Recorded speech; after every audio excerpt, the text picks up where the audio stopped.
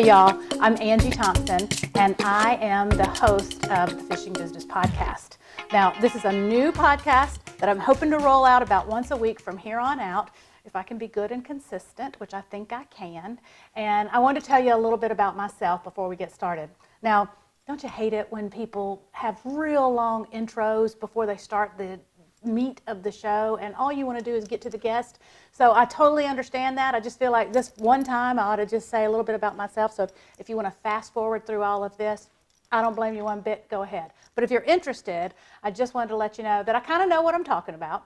I've been in the fishing industry for almost 30 years. I started as a graphic designer, and then I went on to become a producer and director at JM Associates, which was a production company founded by Jerry McInnes. And our only client back then was ESPN. We did all of the outdoor programming for ESPN. In fact, there were other packagers and producers around the country, like somebody that lived in Montana would do a show, or Oklahoma, but they would send it to JM in Little Rock, and we would put it all together for the network. And so we had a big responsibility there, and it taught me a ton. And as I said, I produced several shows there. I hosted a show called Cumberland Stories that used to be on ESPN2 for a while. And I was also one of the hosts of the Sunday morning block, ESPN2 Outdoors, which was a block of programming that ran from 7 to 11 or something like that. So you might have seen me there if you were around back then. But probably most of you watching this weren't. And that's okay, because that's who I want to talk to. You know, like I said, I've been in the fishing industry for a long time.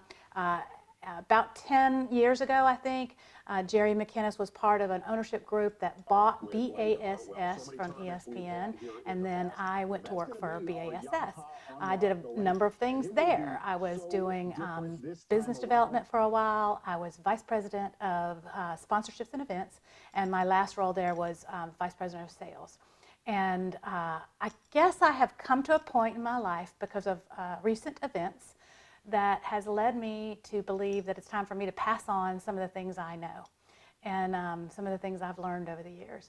And I think there's a lot of people out there that need to hear what people like me know. And so I'm hoping you'll enjoy this podcast. Now, you know, you may be aspiring to be a professional angler, or you may just be a weekend guy who'd like to figure out a little bit more about the business side of fishing, so you might get some help with your fishing habit. And you might just be a person who has stumbled upon this podcast and you're just interested in what we have to say. You might be looking for a job or hoping to one day get a job in the outdoor industry. And I think all of that will come to play here. And honestly, even if you're just a personal friend of mine that you're watching this, and there's probably more of them that are going to watch it than the others, I'm hoping that you'll get something out of this, because the people I'm going to talk to are all just incredible people with incredibly smart ideas, and I think they can just help all of us just be better people, because they're all good people. So I know that sounds like a tall order to fill, but I feel really, really confident that I can do that. So we're going to take a short break, and then we're going to get started with our very first guest, Keith Daffron. Speaking of quality people, Keith is the president of Vexus Boats, which is a brand new boat company and bass boat company. And y'all, they are just making waves. Their boat is unbelievable. And Keith has been around the business for a long time, and he's a lot like me. He has recently been through some changes in his life. He's the grandson of Forrest and Nina Wood, who are just icons in the fishing industry. And they taught him a lot that he's going to share with us. And I can't wait to get started talking to Keith, and we're going to do that in just a second.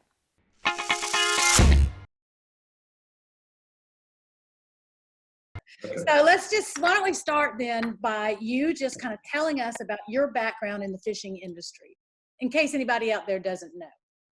Yeah, or in case anybody actually cares. Well, my background in the fishing industry starts really as a young boy. You know, growing up in Flippin, Arkansas, it's hard to be oblivious to the boat manufacturing that's done here, the lakes and rivers that we've got. And so I grew up as a fisherman, an avid one, you know, collecting brochures and Bassmaster magazines and all those things that you hear about. And so as I got to be, you know, old enough to work, I just immediately went to work building boats. Yeah. And with the exception of 4 years at Arkansas Tech University, which, I chose that institution because it's on the banks of the Arkansas River, Lake Right. Dardanelle, a place where I could fish regularly, and did until I came back here and continued to call Flippin' Arkansas home, spent a lot of time across the country at different reservoirs and impoundments and areas, but this has always been home. And, it's a very unique place. You know that firsthand, that Yeah. it's got a really cool culture and heritage, not just with boat building, but with the outdoors in general. Right, right. And would you say you have always been more on the sales and marketing side of the fishing business, or more on the operational and, business side of the business, although all of it's business?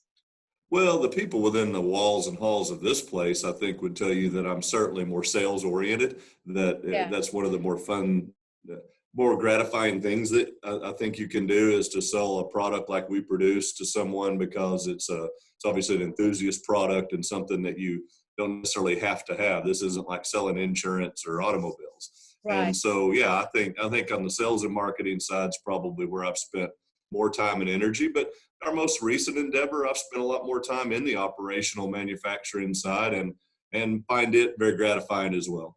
Yeah. That's one thing I think is really cool about our industry. There's a lot of different ways that people can go if they want to make a living in the fishing industry. And there's so many young guys coming up now that are so sharp, and, maybe you probably, aspired to work in this industry from a young age, but I think there's a lot of people our age that found their way into it, and it was kind of a hard road.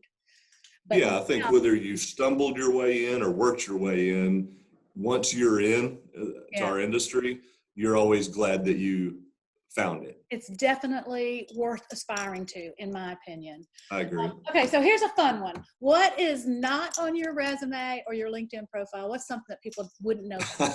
Well, I haven't had a resume maybe ever, as I think about it, so I'm not sure how to answer that directly. I think what most people could overlook is the foundation of hard work that was trained into me through my ranching and livestock experience as a young boy. Oh, yeah. I think that, if you grow up, that's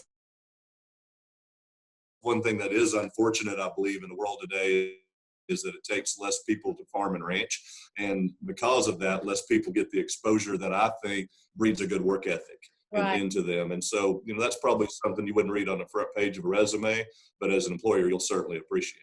That's right. And you're right. I mean, there's no doubt that working on a farm will teach you a work ethic, right? You really didn't have a choice. Yeah. Yeah. Especially if you work for your grandfather. That's especially true.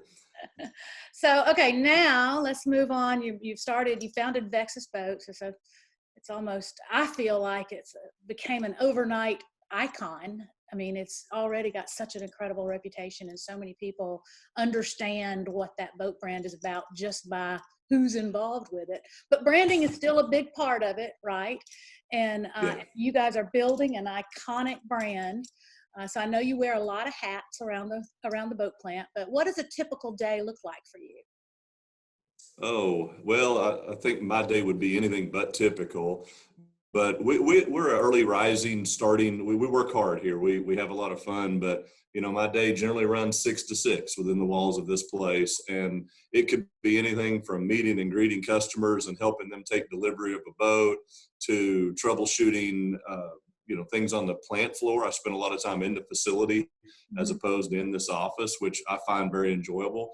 But the more gratifying part of it is dealing with all the people, whether it's our team internally, or whether it's the dealer and customer relations that we forge along the way. Just today, there's been a number of prospective or existing customers here to visit the place and to take a tour. And that's really fun when you get to show off our facility and our team and how we do it differently. Yeah, and you're the best in the world at that.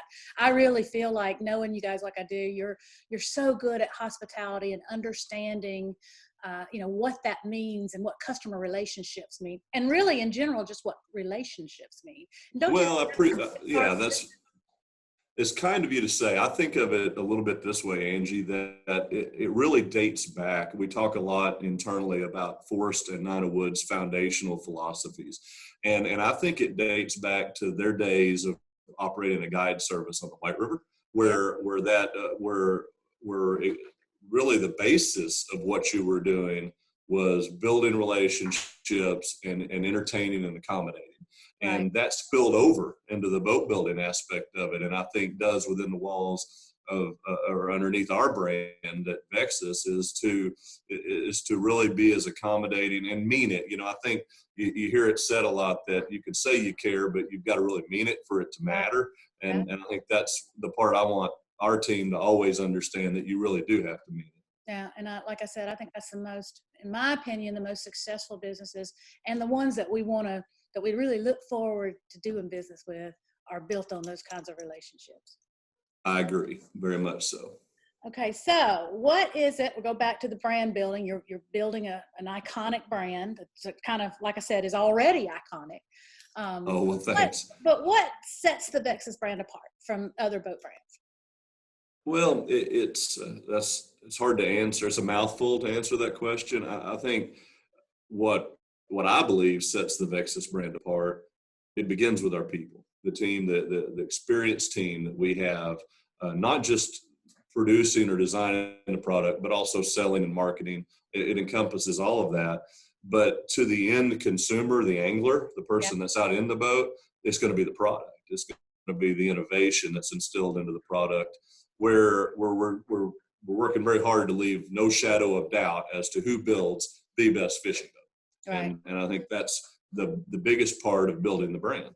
Right. That's right. I always think of,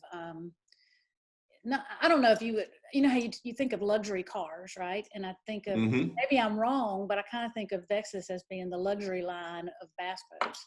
I think that's right. I think it's in the, European sports car. You could paint that picture to luxury sedan. Right. It actually has both characteristics, from a look and a feel and a performance. And, but if you just went, to use an analogy in a completely separate industry, think of fast food. Fast food, there's nothing really unique about that. But now look at Chick-fil-A and the approach that they've taken to what I would call traditional fast food, and how that's worked for them. It's the foundation of their company that they have built this empire upon. And that's not necessarily what success looks like for us, but I think to have that same separation as it relates to our competitors, that would be something that we could take a lot of pride in, is for people to look at that and know that our behavior is very similar. Yeah, I love that. I love how you understand that. So, I'm hoping that the people that are listening to this are trying to understand more about the business of fishing. And of course, a lot of that has to do with marketing, especially for people like me and you. But what do you think the importance of building your brand is, whether you're building a boat brand or building a personal brand? Well, I think it's really about the most critical thing that you're doing is, I joke within, certain meetings that we have here, especially early on, that you have to go back to what we throw the name or the word brand around a lot now, especially in the marketing arena. Everybody wants to talk about brand. Well, you go back to what it really meant. It was a livestock marking, back in the 1800s, and it signified something. So, if you were I have never put that together. Never put that together. Yeah. So when Mr. King from Texas ran his cattle to the rail yard, it didn't take long for them to understand that Mr. King's cattle were worth more because of the brand that they carried. And if you just fast forward from the 1800s until today, the same holds true.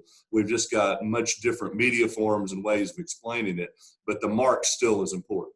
And so that to me is so critical to what we're doing. And every decision that's made, every obstacle that you overcome is in accordance to building the brand to what the consumer sees it as a face. And that's the way you have to approach it, in my opinion. But it's more than a graphic.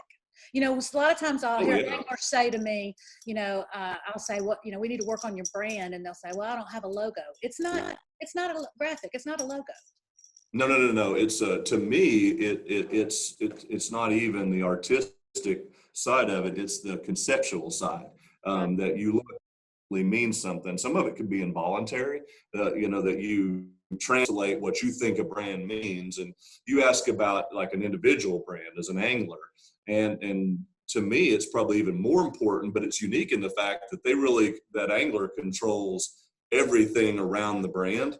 Where in my case, it's everybody that's associated is in some way either building the brand or not building it, whatever Right. the case might be. Yeah. So you have a lot more variables. That's right. Yeah, more things could go good or bad depending on the influence, if that makes sense. Right. And some of it is out of your direct control, but if you do the things right that you should do, I think the behavior transcends all the way through the the product. That's right. That's right. Okay. So do you consider, well, I already asked you that question about that. Okay. Here's a great one that I can't wait to hear what you say. How important is storytelling in building your brand?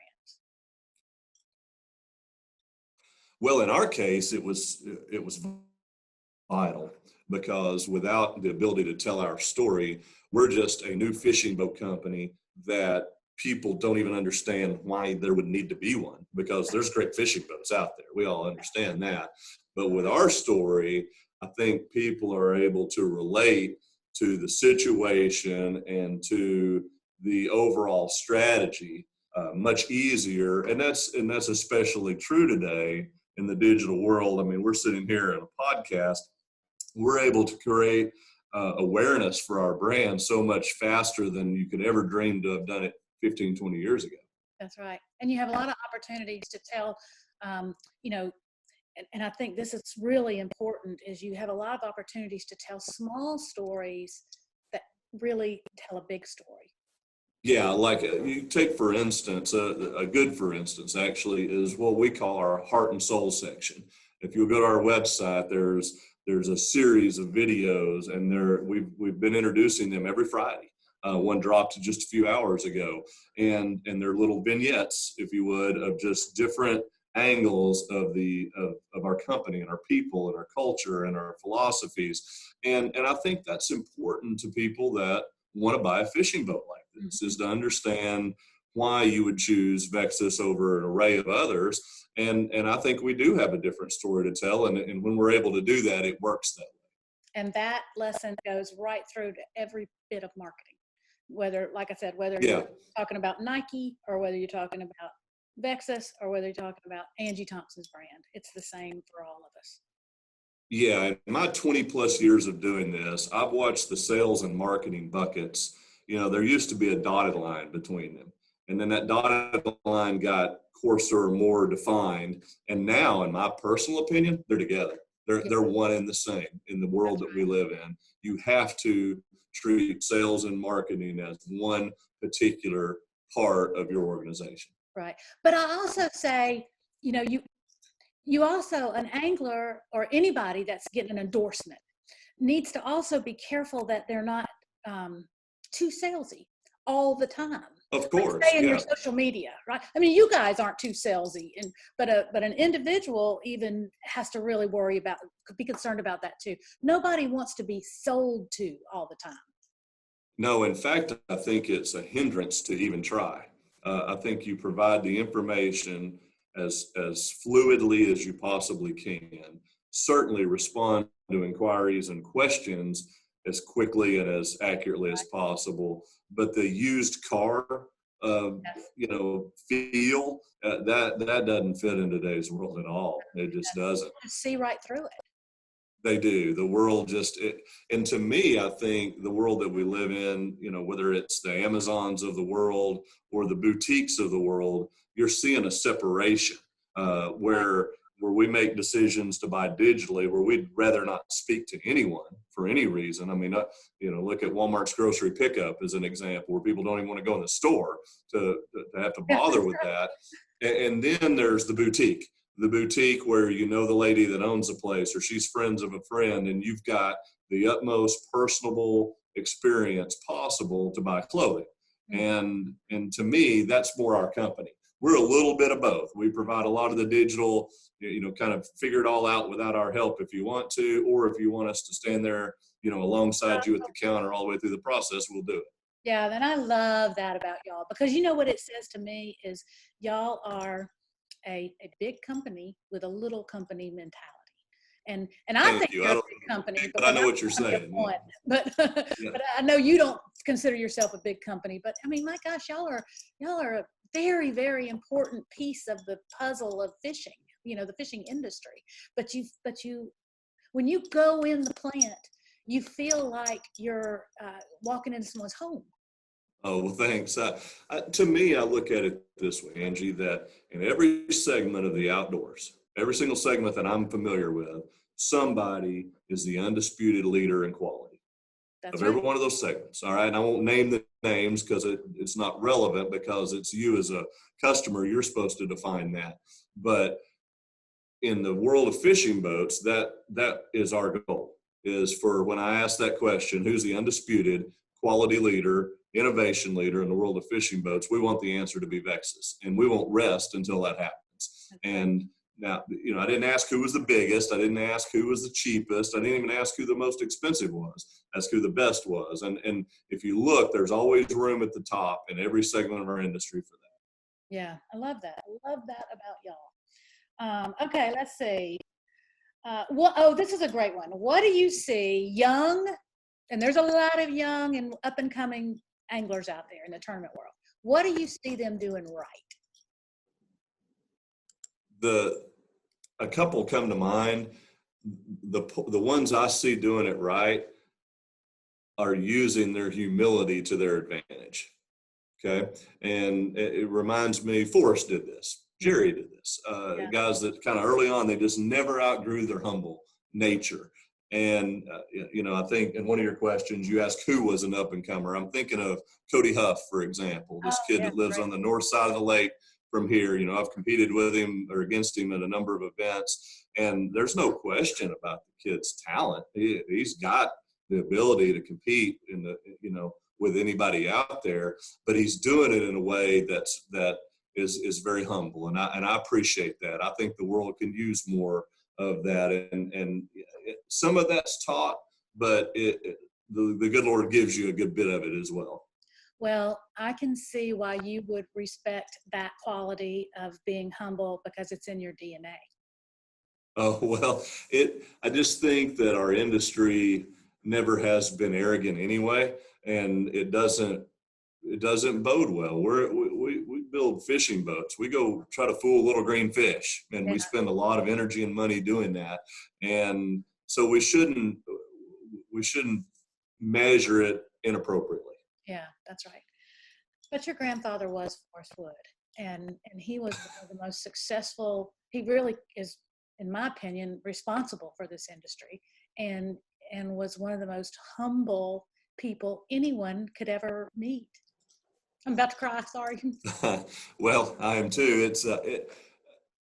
I agree with everything you said. We're about to embark upon the 50th Classic without a Jerry McInnes or a Forrest Wood, and something I didn't dream would be possible 2 months ago or 3 months ago or even 2 weeks ago, hardly.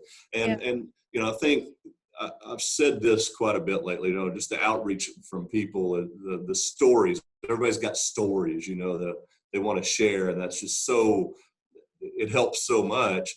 But to me, I think as an industry, it's time for us to, dig our feet in solid and say, wait just a minute, we've got a responsibility. That's right. Those men are irreplaceable. There's no question about that. But their philosophies can be duplicated. And we have an obligation to do that as an industry. I'm not talking about Vexus Boats right now. I'm not even talking about Keith Daffron. I'm talking about as an industry. I think that's going to be very critical for us, because people want to be a part of our sport. You watch the college fishing, the high school fishing, just the momentum that we have. But guys like we were talking about right now, we're always up there at the forefront, making sure the industry kept steering itself in the right direction. And to me, that's something that is very precious and hard to obtain and easily lost. And, Yeah. I think we've got an obligation to stay focused on it. I'm really glad you brought that up, because I know from being in so many meetings with Jerry over the years, he had a very high sense of what was right and what was wrong. And he just flat out wouldn't do things that he thought was wrong. And it didn't matter that how many zeros were attached to it or how many dollar signs were attached to it. He really believed in right and wrong. And I know Forrest did too, Yes. and I know you do too. And I think most people in our industry do. But you're totally right. I used to say all the time at JM Associates, we had such an incredibly tight little team of very, very talented people that we all kind of grew up together. But I always kept saying, we owe it to our business and to the industry to teach other people how to do this, not just take it with us as we get old and retire, but to teach other people how to do it. Yes.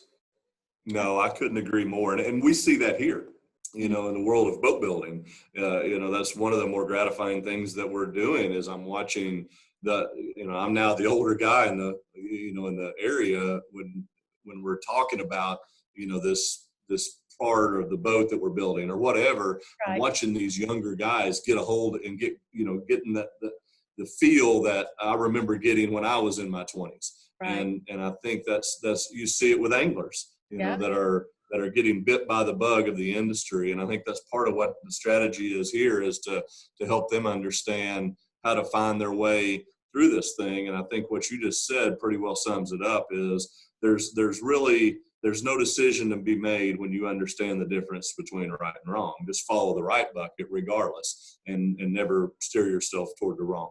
Boy, isn't that the truth? That's true throughout, like you said, throughout all business.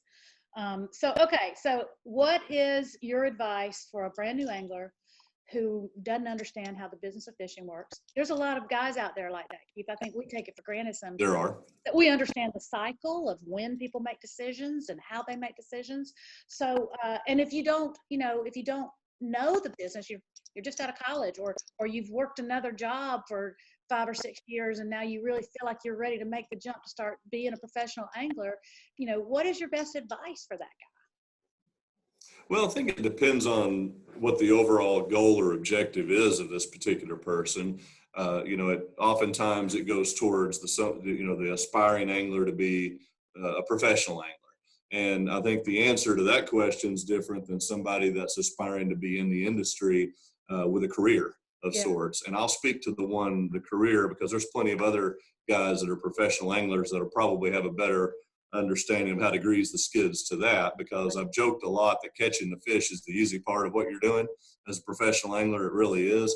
But when you talk about our careers, I think like our head of sales is a ex-college angler that won the world championship when he was in college, still a great angler, but he's immersed in our industry now. And those stories I just love so much. And there's countless ones out there. And I think it goes back to what we talked about earlier on in this podcast, and that's developing a work ethic that will allow you to get to where your end goal is.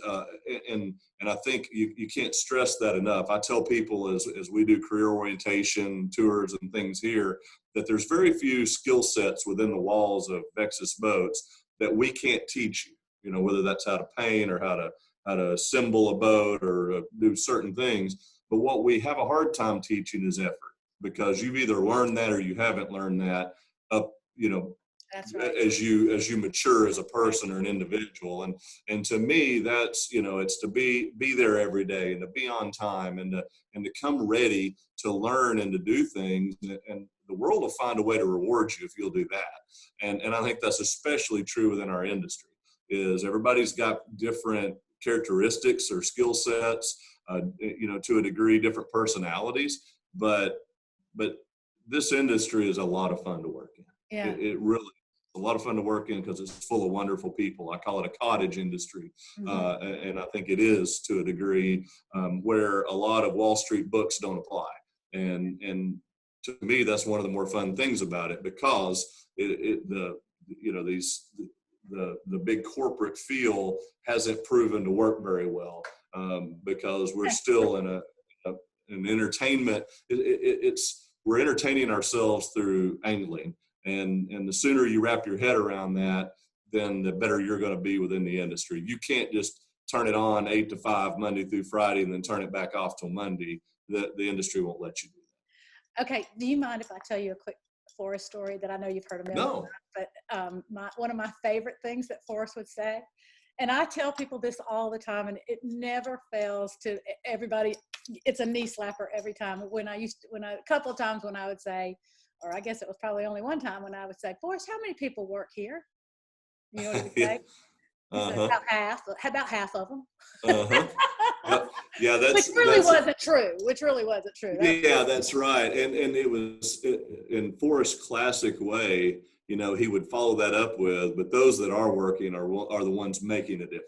That are truly separating us from everybody else. And yeah, I find myself, Forrest-isms they're a new meaning for me today. We used them a lot while he was here, but now that he's gone, it's like it really resonates, I think, with myself and others when we reflect on his Churchill-like ability to just explain things very simply.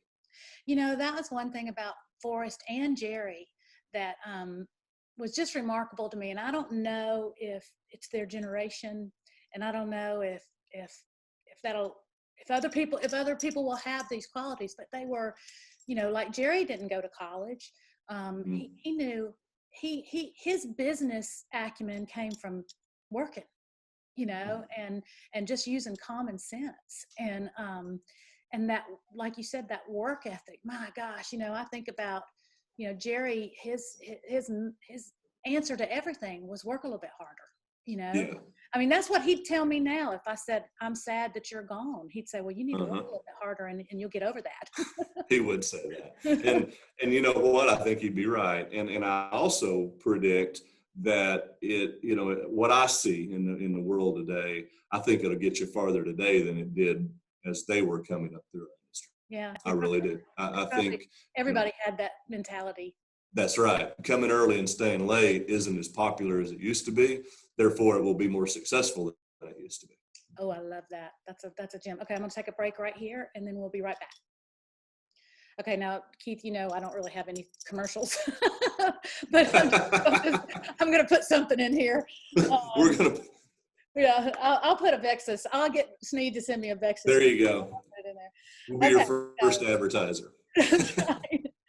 All right. So before we get out of here, though, I did want to ask you, you talked a little bit about Cody Huff being an up and coming angler that you're impressed by. Anybody else you can think of that's coming along that you like? Well, he was just the first one that popped into my head when I read the list of questions. There's a lot of them. There really are. And to me, I think some of them aren't, the national presence isn't as strong as their regional presence is. I looked at, take that tournament on Rayburn last weekend where them boys weighed 49.5 pounds or whatever it was. I know Danny just a little bit. Those guys have got something special. And to me, I love those regional stories as much as I do the national ones where they've got a day job, if you would, and just continue to perform and do well on the weekends. And it works pretty well for them when they do that. Well, and you know what, Keith? I tell guys all the time that ask me for advice about, how to find sponsors. I'm always like, if you're doing well regionally, find sponsors regionally. It's so different than how you grow your fishing career. Your fishing, your competitive side of your business. Grow the business side of your business in the same way. Start local, and then grow from there. That's right. And I think to a degree, sponsorship works a little bit like your business career in the fact that sometimes it's better to be a little underpaid than overpaid because you can prove your worth while you're underpaid. But if you're overpaid, somebody's going to figure that out sooner rather than later, and you're going to be looking for the next gig. That's great. I love that. And that's very true. I hadn't thought about that. Okay. What's one habit in business or in life, in your personal life, that you would recommend a beginner in the fishing business take on? Oh, I think I've touched on it already, but maybe it's just the world that I live in, but being responsible enough to always be there and be on time and be prepared. Gotcha. In the world we live in today, it's easy to be distracted. And we pride ourselves here on starting meetings on time, leaving for trips on time, just being punctual. Being punctual is a habit, and I think it breeds more productivity if you do it that way.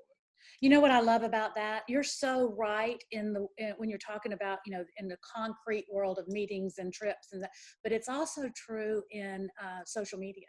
You should show Yes. up in social media consistently. Yeah. Mm-hmm. So That's that right. your fans Have that you doing schedule. what Have you that said you were going to do.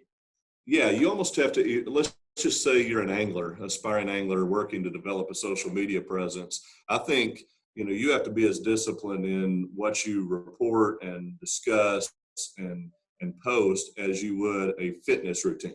Absolutely. That you're following. I think because life does get in the way, and you can't allow it to. Not if you're going to be successful. That's right. You got to get help if you need it, or take an hour out of your video game time, or, That's right.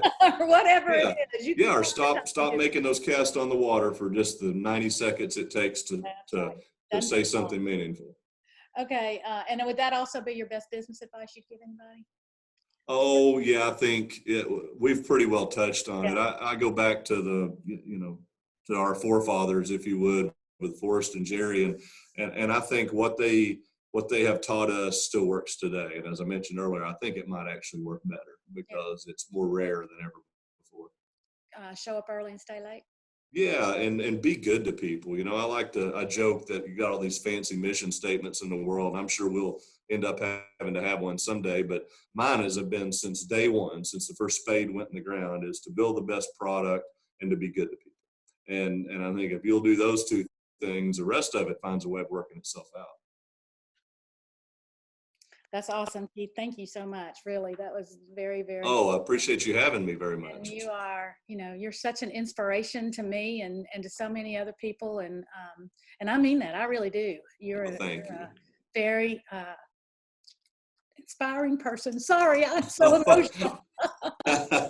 Well, I've had my share of emotions in the last month too. I had coffee with Nina this morning. I'll share a quick story with you. So her great grandchildren are in the regional tournament tonight in a little town of Eureka Springs, west of here, about an hour and a half. And so one of my aunts is planning to take her over there, which they did 2 nights ago. And so I asked Nina, I said, "How did the trip go?" And she said, "Oh, it went a lot better than the last trip I remember to Eureka Springs." And I said, "Really? When was that?" She said, "It was the summer of 1945. I was 13 years old. I rode in the bed of a pickup to Wetumpka, Oklahoma, and you had to buy, the fuel was rationed because of the war, and their truck had vapor locked in Eureka Springs, and they'd spent a hot summer afternoon waiting until they could get their truck running again." And that just put it in perspective to me that, think about that, that's what a life they've lived. Right. That's right. That's right. Thanks again, Keith. I appreciate it. Thank you, Angie. Okay. Take care. There you go, Keith Daffron. Man, what a guy he is. Listen, when Keith Daffron talks, you ought to listen because he's a smart guy and he's got a lot to say. Hopefully, he'll say more through the Fishing Business Podcast here with us. Like I said, I'm going to try to do this about once a week. Y'all, I don't know if I can do that. That's a lot. But I'm going to try because I'm going to do, just like we said there, I'm going to try to show up, okay? And I would love to hear what you guys think. Leave me a review. Leave me a comment here or at Instagram, Fishing Business Podcast, Facebook, Fishing Business Podcast. I'll be glad to talk to you about anything. Let me know what you want to hear more of. Let me know if you think there's a guest I ought to have on. Let me know if there's a subject you think I ought to cover. I'm here for you. Now, what I'm not going to do is talk about how to skip a dock or, how to make your spinnerbaits run straight. Because I think there's enough of that out there. But I'm just going to concentrate on the business of fishing. And like I said, there's a lot to cover. There's a lot of ground to cover there. And it goes beyond just business. Like I said, it is also just about, how to be a good person. And hopefully you'll find some inspiration and some value in this. Now, before I go, I want to wrap up by saying, Keith's grandfather was Forrest Wood. We lost Forrest at the end of January. It was a devastating loss to the fishing community and a huge, huge loss to the people that loved him. And I was one of those people. But he left such a great legacy, and he made so many good humans that are running around Marion County, Arkansas right now, and other places. There's a Forrest Wood quote that I'd like to leave you with. He said, "It's good to live in a place where you can have a dream and have a chance to achieve it." And that's what I hope I can help you with. And then I'm going to also leave you with a quote from Jerry McInnes. Not a quote, but something Jerry used to say, and that is, "I want to thank my dad because he always had time to take me fishing." See you next time. Bye, y'all.